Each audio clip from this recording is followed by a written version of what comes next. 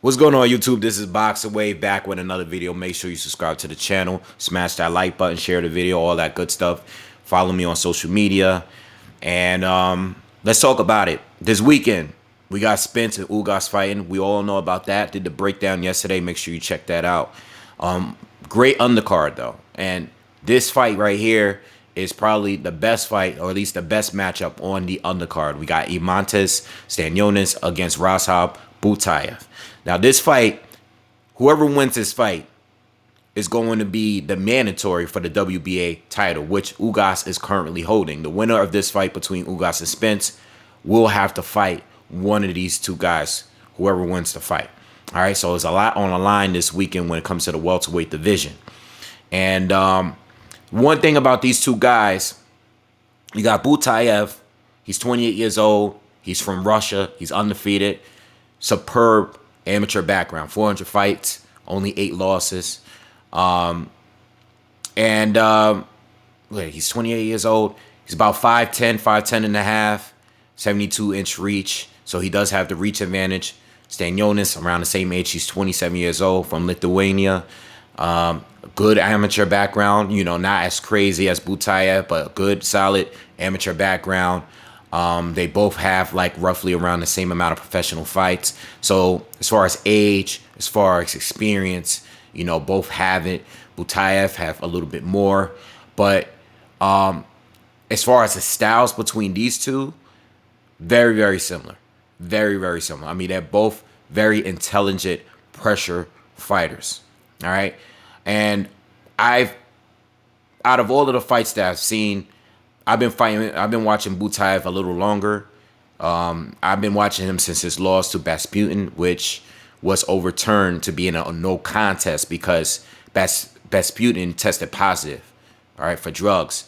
And they overturned that loss. All right. So right now he has a no contest. But that fight was very close. It was very competitive, and that was the first time I've seen Butaev fight. And I've been watching him ever since.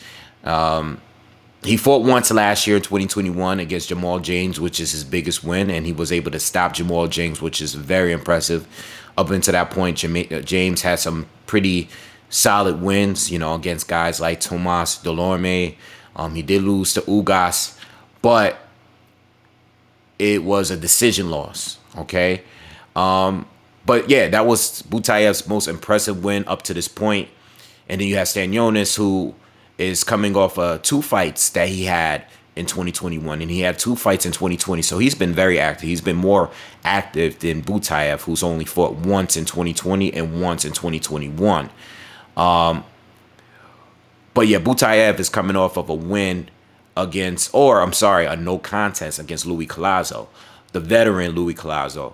And that was due to a head clash early in the fight, 4th round, and they had to stop the fight because Louis Collazo did not want to continue, and for very good reason. He was getting beat up in that fight leading up to that head clash. All right, but key win for Stanionis is Tomas Delorme, where he won a unanimous decision against him. All right, but as far as the styles, again, both pressure fighters, both heavy-handed fighters, very strong fighters, durable fighters. I don't believe either one of these guys been knocked down, and I haven't really seen one of them get rattled, at least in the time that I've seen them fight. They've been pretty dominant, always coming forward. So what makes this fight so interesting is who's going to be the guy to back up in this fight. All right, now the key differences between the two, I mean, they both come in usually having that high guard, keeping that tight high guard. I think not Rasputin. I think Butaev do a few things better that I noticed. I noticed that Butaev parries the shot a lot better, okay? He's also a better counterer, in my opinion, as far as his quickness. You know, I think he has lighter feet. I think he's just a better athlete, all right? He just moves better, the upper body, changes levels a little bit more. I think he's just a little bit more quicker than Stanionis is. Now, as far as who is stronger or who's more powerful, I don't really know. I also don't know who's going to be the more durable between the two. They both seem to be very strong fighters. All right. And I've seen them always be in control in their fights. So it's going to be interesting to see who's stronger, who's more powerful, who's more durable.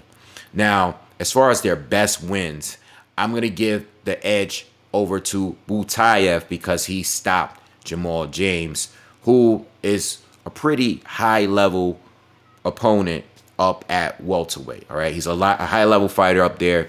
He's probably like around top 10 fighter up there at welterweight, if not like top 12 at the time that they fought. So for Butaev to actually stop him, and it was a very, very competitive fight. And Jamal James is a tough fighter. You know, he's tough.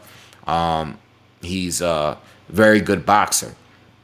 Butaev really controlled the fight as far as him forcing Jamal James to fight his fight. And that's part of the reason why he was dominant, because he forced James to not move as much, to stay in a pocket and trade with Butaev, who's clearly the stronger fighter. All right. In this match here, though, I'm expecting the same to happen. I just don't know who's stronger. And again, I don't know who's going to be able to be more durable. Stanionis fought Thomas Delorme, right? Where he was in control most of the fight, but Delorme was able to land a lot of shots in that fight and match him at times. And I wasn't expecting that when I saw that fight, because up to that point, Stanionis was kind of just running through everybody. And then when he fought Delorme, it was different. You know, and Delorme is a good test because Delorme's been in there with so many fighters over the years. And we've seen him hurt, we've seen him rattled, we've seen him stop, we've seen him down.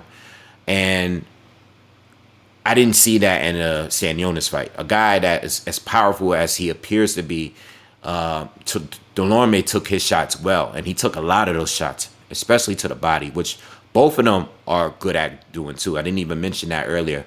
Both of them are good at attacking the body.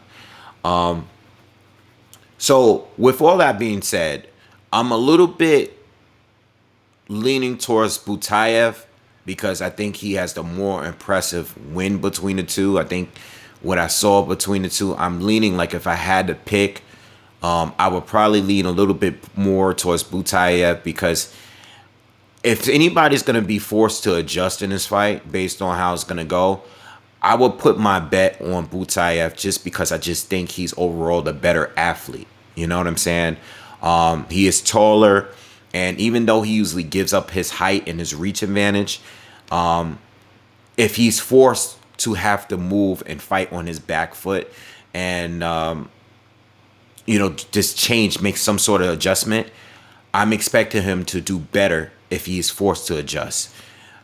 Whereas if Stanionis is forced to adjust or if he's getting backed up because he's getting outboxed or outworked, or if he catches a good shot that hurts him, I don't think he has the movement to be able to do it so well, you know? Now, because of their styles, and there's so many similarities in their styles, I think that it's very possible that this might actually be a draw, all right?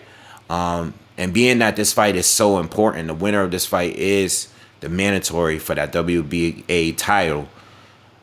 I wouldn't be surprised that if this fight is as competitive as I think it will be, and I don't believe that we're going to get a stoppage from either one of these two, I can see this fight being a straight phone booth fight for 12 rounds straight, and these guys getting a draw.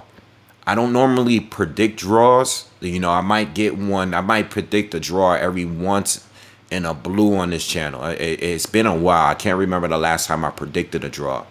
But I've been right on them before. And I actually think that this might actually end up being a draw. And if there is a draw, there might not be an actual mandatory for that spot. Unless I believe that Butaev actually might already have like a piece of the title. I think it's him that has the title. I'm not sure.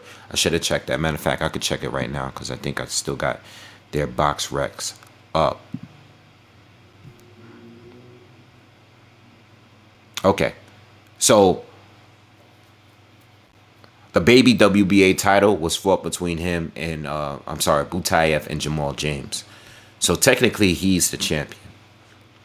But regardless, I just think based on their styles, I think there's a chance that this might end up being a draw. All right. It's going to be hard if it does go to decision. I don't think there's a good chance we might not get a clear winner in this one. All right. But anyway, a lot of people are not talking about the fight. Definitely check this fight out. If you are going to order the pay-per-view, or if you're going to watch it, stream it, or do whatever you do, this is the fight to look out for. Especially, you know what I mean? I think a lot of the fights on the undercard is good, but make sure you check out this fight, because these two are going to end up fighting the guys that we all talk about. The Conor Benns, the Boots Ennises, the Virgil Ortiz, Rashidi Ellis. All of these guys that we talk more about, they're probably going to have to step in the ring with if not one of these two, both of these guys at some point. All right. Because they're at the top of their game. They're highly ranked welterweights. Okay. And they're young as well. So definitely check them out, especially if you haven't already. And it should be a good fight. So tune in. I should be covering the fight Saturday, so I'll see you then. But again, make sure you subscribe to the channel. Smash that like button for me. Hit that thumbs up. And I'm out of here. Peace.